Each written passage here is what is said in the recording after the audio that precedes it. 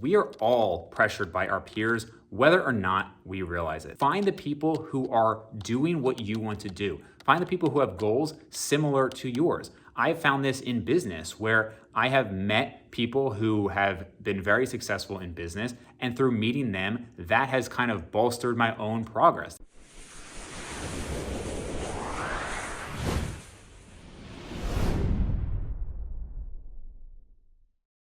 What's up, guys? So today we are going to talk about how to use peer pressure to maximize progress. So generally when you hear about peer pressure, it seems like a negative thing, right? If you remember from being a kid and you don't want to be peer pressured into making stupid decisions and hey, would you jump off a bridge if everybody else was doing it, right? And so all of the classic things we hear as a kid, and we think of this as a negative. But the reality is we are all pressured by our peers, whether or not we realize it. This is something I've talked before about on the podcast where, when people say, hey, just worry about yourself. Who cares who's taking gear? Who cares who's doing this or that thing? Who cares what they're posting? Just focus on yourself, which, as a little bit of a tangent, I find completely ridiculous. I think if somebody is giving advice and they are lying, for example, about being enhanced, that is a huge factor into whether or not you can listen to them. If somebody is giving real estate advice and they don't mention that they maybe inherited their properties, that is a huge factor. And so it does matter what other people are doing, especially when you are going to factor in their advice.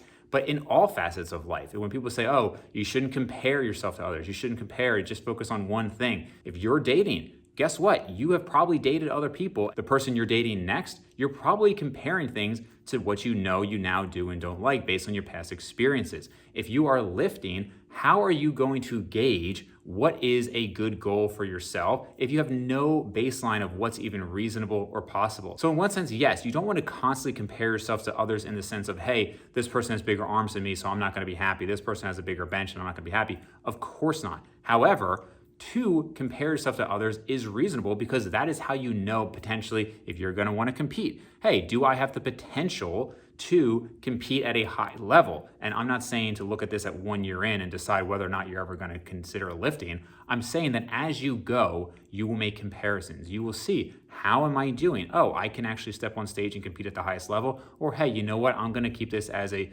endeavor that I enjoy. And this would apply to how well you do in school and certain jobs. There's a lot to be said for comparisons in life, and most of life has comparisons. The problem is when you take it to the extent that it leads to self-confidence issues and whatnot. But that is a little bit of a tangent, but I just wanted to discuss that because in reality, we all have influence by those around us, and that is where the peer pressure aspect comes in. Now, we've all heard that we are the average of the 5 people that we're closest with or that we spend the most time with, and that is kind of what I'm getting at here.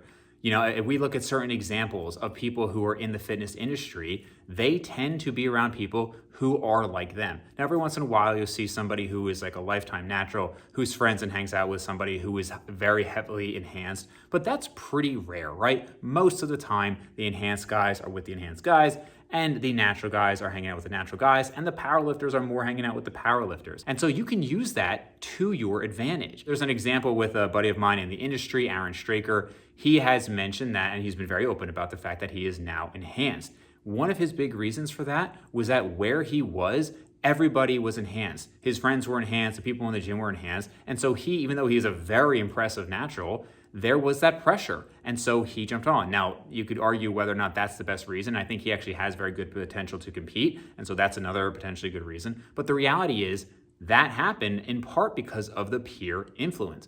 I'll use myself as the other side of that, where I would watch Nick's Strength and Power. And I think his channel is great and he has great updates for professional bodybuilding.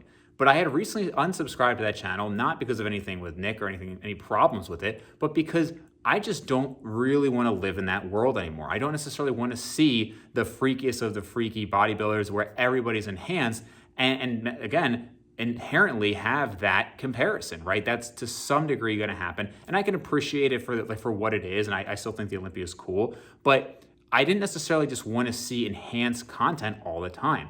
Conversely, if you have a topic that you're trying to get into, for example, maybe you're thinking, hey, I want to get more into fat loss. Okay, I'm somebody who I'm a beginner, and how do I do that? Well, if you start going, this is why some of these groups are so helpful, Weight Watchers groups and everything, you're part of a community. And even though it might not be a special diet or something like that, it is something that gets people behind you. This is why sometimes people can feel so much better on, let's say, a carnivore diet. There's many reasons that might be the case, but one of the things that can happen is now you're part of this community, and for better or for worse, that can happen, right? I mean, people who have addictions, they say you have to get rid of those friends who are also using those substances, or you have to move away. And until you do that, it's not going to be better. But again, here I'm talking about using this in the opposite way. Find the people who are doing what you want to do. Find the people who have goals similar to yours. I found this in business where I have met people who have been very successful in business, and through meeting them, that has kind of bolstered my own progress. That has allowed me to see what is possible and then have that influence with conversations with them. We're talking about progress in business all the time,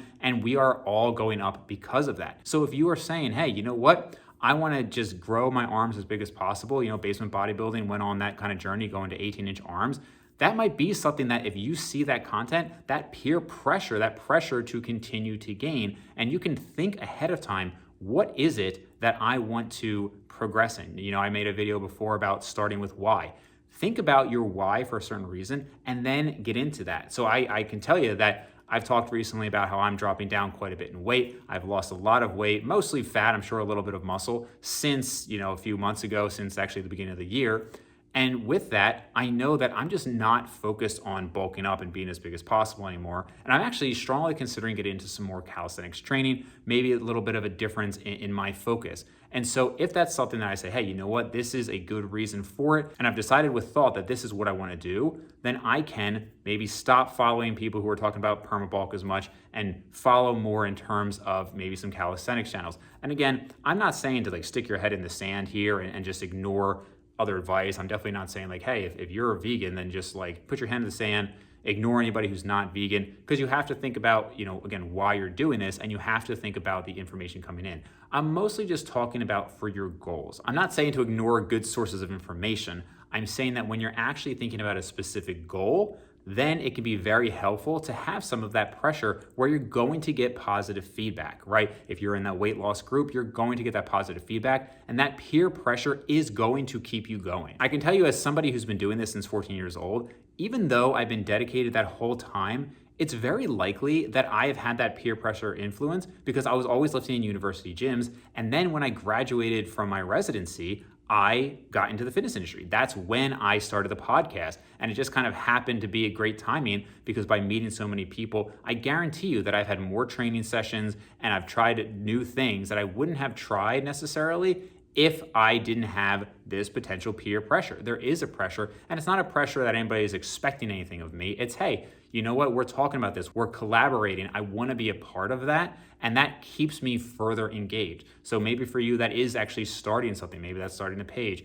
There's a lot of different ways to go about it. But I just think it's important to recognize that we all do have that pressure from our peers, and that's not necessarily a bad thing and can be used very positively. And the most successful people I know are people who surround themselves with other successful people, and they continue to lift themselves up.